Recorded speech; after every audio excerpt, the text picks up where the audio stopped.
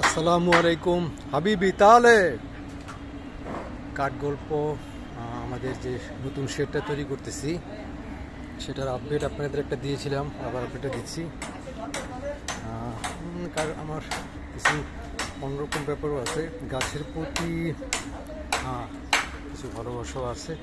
এখানে আমরা গাছ, ছোট একটা গাছ, বাট দেখেন কী অবস্থা।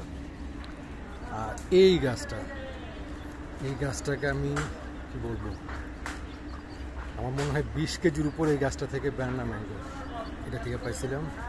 আর এটা ছিল ল্যাংরা, এটা থেকে অনেক আলহামদুলিল্লাহ আল্লাহ পাক দিছে।